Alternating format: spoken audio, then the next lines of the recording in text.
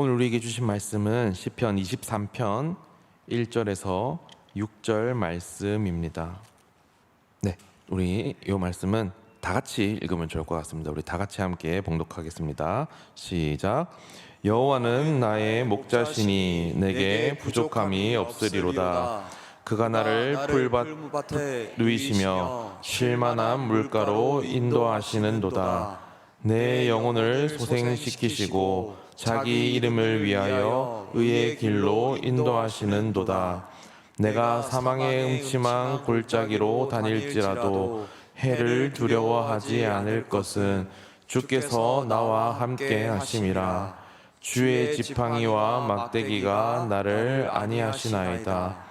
주께서 내 원수의 목전에서 내게 상을 차려주시고 기름을 내 머리에 부으셨으니 내 잔이 넘치나이다.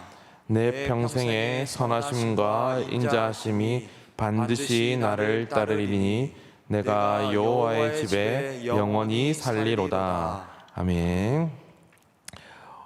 우리 방금 함께 읽은 우리 시편 23편 말씀은 참 많은 성도님들이 좋아하시는 말씀입니다. 그냥 읽기만 해도 우리에게 은혜가 되고 위로가 되는 그런 말씀인 것 같습니다. 이 시편 23편은 저에게도 좀 특별한 말씀입니다. 저는 초등학교 때 토요일만 되면 꼭 할아버지 댁에 갔습니다. 왜냐하면 할아버지 댁이 교회랑 아주 가까웠기 때문입니다. 우리 갈릴리 교회로 따지면은 그 거리를 계산했을 때 할아버지 댁은 아마 뭐 동부 패밀리 정도 됐었던 것 같고, 제가 사는 집은, 제가 있던 집은 일산지 정도 위치에 자리하고 있었습니다. 그래서 토요일에는 꼭 그 할아버지 댁에 가서 잠을 자고 그 다음 날 교회를 갔었습니다. 지금도 그 할아버지 댁을 생각하면은 몇 가지 기억나는 것들이 있습니다. 그 당시에 다 있던 화려한 자개장이 지금도 가끔 생각나고요. 또 할아버지 댁에만 있는 무거운 소미불도 가끔 생각납니다. 그 다음에 방 한켠에 꼭 있던 옥고시와 맛동산이 생각납니다. 옥고시 뭔지 아십니까? 강정인데 저희 할아버지께서는 꼭 그걸 옥고시라 하셔가지고 지금도 저는 가끔 옥고시라는데, 또 쟁반도 할아버지께서 꼭 오봉이라 하셔가지고 제가 가끔 오봉이라 하는데, 어쨌든 지금도 할아버지 댁을 생각하면은 생각나는 것이 몇 가지 있습니다. 그리고 하나 더 생각나는 게 시편 23편 특별히 1절에서 2절 말씀입니다. 할아버지 댁에 가면은 벽에 이 말씀이 적혀 있는 액자가 있었습니다. 그래서 제 기억에 저는 요한복음 3장 16절 말씀보다 이 시편 23편 1, 2절 말씀을 더 빨리 외웠던 것 같습니다. 한 가지 부끄러운 사실은 이 말씀이 개역 한글로 적혀 있었는데, 기억하시는 분들도 계시겠지만 개역 한글에는 푸른 풀밭이 아니라 푸른 초장으로 되어 있습니다. 그런데 그 당시 저는 초등학교 저학년이라서 제가 아는 초장은 회 찍어 먹는 초장밖에 없었습니다. 그래서 시편 23편 말씀을 보면서 벽에 그 액자에 있는 그 말씀을 보면서 푸른 초장은 무슨 초장인가, 저 초장은 어떻게 먹는 초장인가 하면서 말도 안 되는 생각을 했었었는데, 어쨌든 이 시편 23편 말씀은 그만큼 우리에게 참 가깝고 친숙하고 은혜가 되는 말씀입니다. 오늘 이 익숙한 말씀을 통해 하나님과 우리의 관계를 생각해보고 또 이 말씀을 통해 은혜를 누리는 시간 되시기를 간절히 소망합니다. 오늘 본문의 시편 기자인 다윗은 지금 자신에게 부족함이 없다라고 말하고 있습니다. 우리 오늘 본문 1절을 다시 한번 같이 읽어보도록 하겠습니다. 시작. 여호와는 나의 목자시니 내게 부족함이 없으리로다. 아멘. 다윗이 지금 왜 자신에게 부족함이 없다라고 말하고 있습니까? 여호와 하나님께서 자신의 목자이시기 때문에 자신은 부족함이 없다라고 말하는 것입니다. 다윗은 지금 여호와 하나님을 목자로, 그리고 직접적으로 언급하지는 않았지만 자신을 양으로 표현하고 있습니다. 성경에는 하나님과 사람의 관계를 나타내는 여러 비유들이 있습니다. 그중 하나가 지금 다윗이 말하고 있는 목자와 양의 비유입니다. 그런데 왜 하필 그 수많은 동물들 중에 이 양으로 비유를 하고 있는 것일까요? 양은 몇 가지 특징이 있는데 맹수로부터 보호가 필요한 아주 연약한 동물입니다. 맹수들로부터 자신을 방어할 무기가 전혀 없는 동물입니다. 게다가 양은 다리도 아주 약합니다. 그래서 시도 때도 없이 잘 넘어지는 동물이고, 또 목자가 일으켜주지 않으면 혼자 힘으로 잘 일어나지 못하는 동물이 양입니다. 그래서 이 빠르게 흐르는 물가에서는 특별히 조심해야 됩니다. 왜냐하면 양이 쉽게 넘어져서 물에 빠졌다가는 털이 무거워지고 물에 빠져서 결국에는 나오지 못하고 죽는 경우도 꽤 있다고 합니다. 거기다가 양은 불과 3m 안팎의 물체만을 파악할 정도로 시력이 아주 나쁩니다. 그래서 시력이 나쁘기 때문에 방향 감각도 좋지 못합니다. 그래서 앞에 낭떠러지가 있는지도 가시밭길이 있는지도 제대로 구분하지 못해서 피하지 못하고 떨어지거나 찔리는 일이 허다합니다. 어쨌든 양은 이런 동물입니다. 그래서 누가복음 15장에서도 이른 양 비유를 말하는 겁니다. 양의 이런 특징을 살려서. 또한 이스라엘 이 지역은 양들이 살기에 좋지 못한 환경입니다. 온통 광야와 골짜기들 뿐이고 푸른 풀밭은 아주 드물게 있는 곳이 이스라엘입니다. 그래서 광야를 돌아다니며 푸른 풀밭을 찾아서 돌아다니고 또 돌아다녀야 됩니다. 그런데 그 길이 쉽지 않겠죠. 하물며 앞서 말씀드렸던 양에게는, 그렇게 약한 이 양에게는 더더욱 힘들 것입니다. 그래서 양들에게는 반드시 목자가 필요한 것입니다. 그래서 오늘 다윗은 목자와 양으로, 다른 동물이 아니라 양으로 지금 말씀을 비유하고 있는 것입니다. 이처럼 양은 목자의 돌봄 없이는 한순간도 살 수 없습니다. 양에게 이 목자라는 존재는 무한한 신뢰의 대상입니다. 이런 배경에서 다윗은 지금 하나님께서 나의 목자이십니다. 양이 목자의 돌봄 없이는 살 수 없듯 저 역시 목자이신 여호와 하나님 당신의 도움 없이는, 당신의 돌보심 없이는 한순간도 살 수 없습니다. 양과 같이 아무것도 할 수 없는 제가 이렇게 살아올 수 있었던 이유는 목자이신 당신께서 저를 돌보셨기 때문입니다 라고 하면서 하나님께 믿음의 고백을 하고 있는 것입니다. 아시다시피 다윗은 어릴 때 목자였습니다. 그래서 양이 얼마나 약한 동물인지 누구보다 잘 아는 사람이었습니다. 그런데 다윗이 이런 양을 자신으로, 또 자신의 목자를 하나님으로 인정하고 고백하고 있는 것입니다. 이 시편 23편을 쓸 당시 다윗은 제법 세월이 지나 자신의 인생을 회고하며 노래한 것으로 보입니다.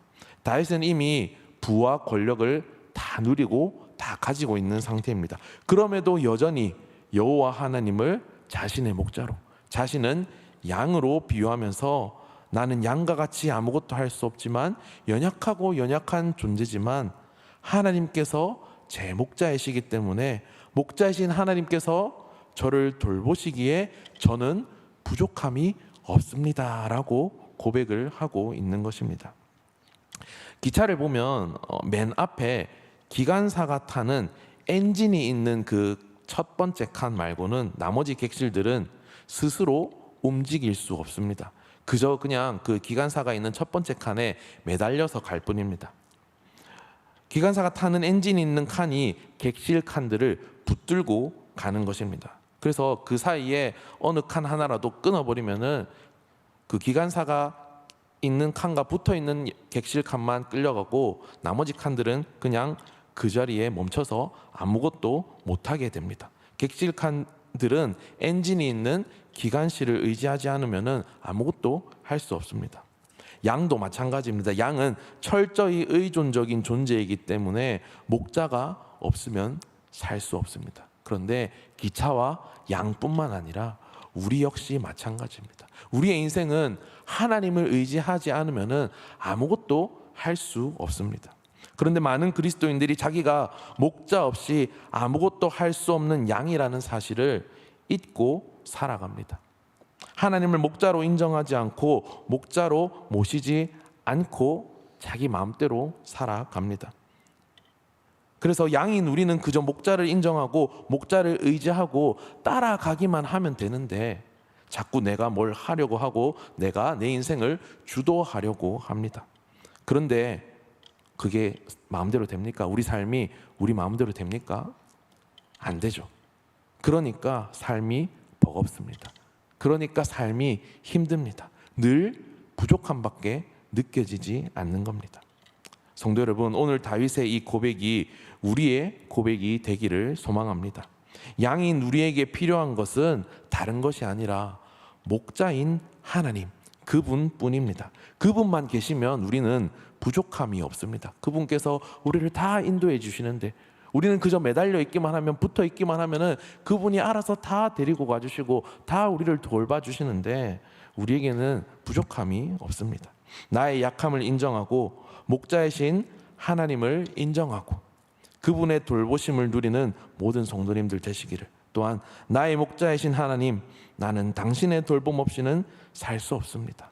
나는 당신만 나와 계시면은, 나와 함께 하시면은 부족함이 없습니다. 이런 고백을 할 수 있는 저와 우리 모든 성도님들 되시기를 간절히 소망합니다. 그렇다면 목자이신 하나님께서 양인 우리를 어떻게 돌보시는가? 목자이신 하나님께서는 양인 우리를 인도한다고 오늘 본문에서 말하고 있습니다. 인도하다에 사용된 이 히브리어 나할은 그냥 단순히 데려가는 것을 의미하는 것이 아니라 연약한 대상을 돌보며 안전하게 데려가는 것을 의미하는 단어입니다. 우리가 모르는 길을 갈 때 혹은 처음 가보는 여행지를 가면 가이드나 그 길을 인도해 줄 수 있는 존재가 꼭 필요합니다. 제가 신혼여행을 그리스로 갔었습니다. 그리스로 갔었는데, 그런데 돈을 조금 아껴야겠다는 생각이 들어서 비행기며 숙소며 뭐 여행사 이런 거 하나도 의지하지 않고 제가 알아서 그냥 다 했습니다. 저하고 저희 아내하고 뭐 여행 일정이며 비행기표며 숙소며 다 알아서 했습니다. 그래서 그 덕분에 시행착오를 너무 많이 겪었습니다. 인천공항에서부터 비행기 못 탈 뻔하고 또 그리스에 가서도 국제 미아가 될 뻔하고 하여튼 뭐 여러 가지 일이 있었습니다. 제가 왜 이런 어려움을 겪었겠습니까? 저를 인도해 줄 존재가 없었기 때문입니다. 그냥 가이드를 딱 해서 가이드의 인도 따라서 이 신혼여행을 했었으면은 아무 일도 안 생겼을 텐데 인도자가 없이 했기 때문에 이런 어려움들이 생긴 것입니다. 저를 안전하게 목적지로 데려다 줄 인도자가 없었기 때문에 제가 어려움을 겪은 것입니다. 우리의 인생도 마찬가지입니다. 그래서 우리는 목자이신 하나님께서는 양인 우리를 돌보시고 안전하게 인도하시기 때문에 그분의 인도하심을 따라가며 살아야 하는 것입니다. 다윗은 먼저 푸른 풀밭과 쉴만한 물가로 하나님께서 우리를 인도한다고 고백합니다. 푸른 풀밭과 쉴만한 물가로 인도한다고 하시는 것은 양에게 필요한 꼴과 물을 부족함 없이 공급하신다라는 것을 말합니다. 또한 양들이 마음 편히 쉴 안전한 곳으로 인도해 주신다는 말씀입니다. 양은 이 아무 상황에서나 눕지 않는다고 합니다. 그래서 우리가 양의 그림을 한번 양의 그림이나 사진을 생각해 보면 양이 누워 있는 그림은 거의 볼 수 없습니다. 보통 우리가 사진이나 그림으로 보는 양들은 앉아 있거나 대부분 서 있거나 합니다. 왜냐하면 양은 아무 때나 눕지 않기 때문입니다. 양이 누울 때는 딱 한순간입니다. 편안함과 안전함이 자신이 느끼기에 완전하게 보장되어 있을 때만 눕는 동물이 양이라고 합니다. 그런데 오늘 본문을 보시면은 그런 양을 누이신다라고 말하고 있습니다. 양이 아주 안전하게 먹고 마음 놓고 평안하게 누워서 쉴 수 있는 그런 푸른 풀밭으로 우리를 인도한다고 하시는 것입니다. 쉴만한 물가 역시 마찬가지입니다. 앞서 양은 다리가 아주 약한 동물이라고 말씀드렸습니다. 그런 양을 물살이 빠른 물가로 인도하면 양은 금방 그 물살을 이겨내지 못하고 물에 휩쓸려서 죽게 되고 말 것입니다. 그러나 양이 안전하게 마시고 쉴 수 있는 잔잔한 물가로 우리를 인도한다고 말씀하시는 것입니다. 이어서 다윗은 목자이신 하나님께서 영혼을 소생시키시고 의의 길로 인도하신다고 고백합니다. 목자이신 하나님께서는 자신의 백성이 지치지 않도록 그 영혼을 회복시켜 주십니다. 다윗이 사울에게 쫓겨 다닐 때도 하나님께서는 그를 위로하시고 그를 회복시켜 주셨습니다. 목자이신 하나님께서 자신의 양들을 푸른 풀밭과 쉴만한 물가로 인도하셔서 우리의 영혼을 회복시켜 주시는 것입니다.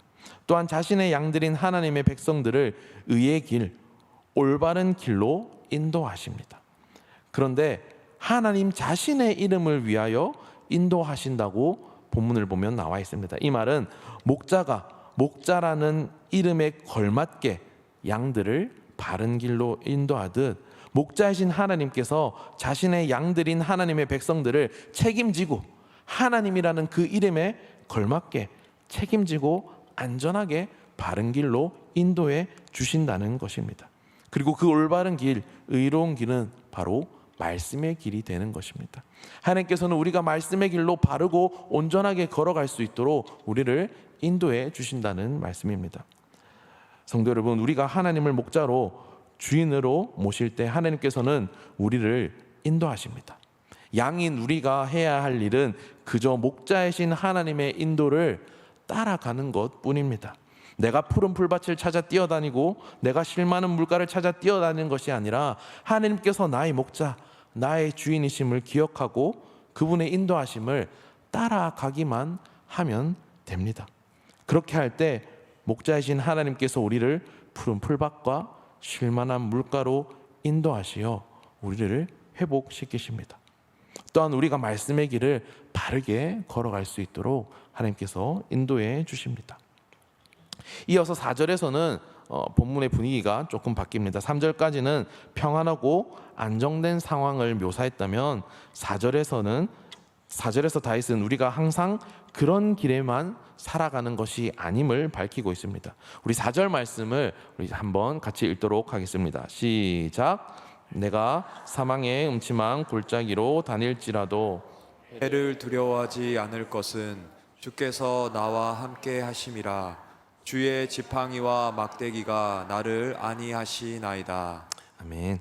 앞서 말씀드렸듯 이스라엘은 양들이 살기에 좋지 않음을 넘어 위험한 환경입니다. 양들에게는 푸른 풀밭으로 가기 위해 가파른 골짜기와 벼랑을 건너고 맹수들의 위험도 피해야 합니다. 양들에게는 죽음의 위험이 도사리고 있는 곳입니다. 다윗의 생애에는 이와 같이 고통스러운 순간이 많이 있었습니다. 다윗의 표현대로 사망의 음침한 골짜기를 다니는 듯한 그런 인생을 다윗은 살았습니다. 사울에게 쫓겨서 생명의 위협을 받으며 황무지를 다녔고 적군의 땅인 블레셋까지 도망하는 동안 다윗은 사망의 음침한 골짜기를 계속해서 경험했을 것입니다. 생명이 오락가락하는 그런 상황을 계속해서 맞닥뜨렸을 것입니다. 그리고 말년에는 아들 압살롬의 반란과 부하들의 반역으로 또 다윗은 벼랑에 서는 듯한 그런 느낌을 받았을 것입니다. 우리의 인생도 마찬가지입니다. 사망의 음침한 골짜기는 누구나 경험할 수 있습니다.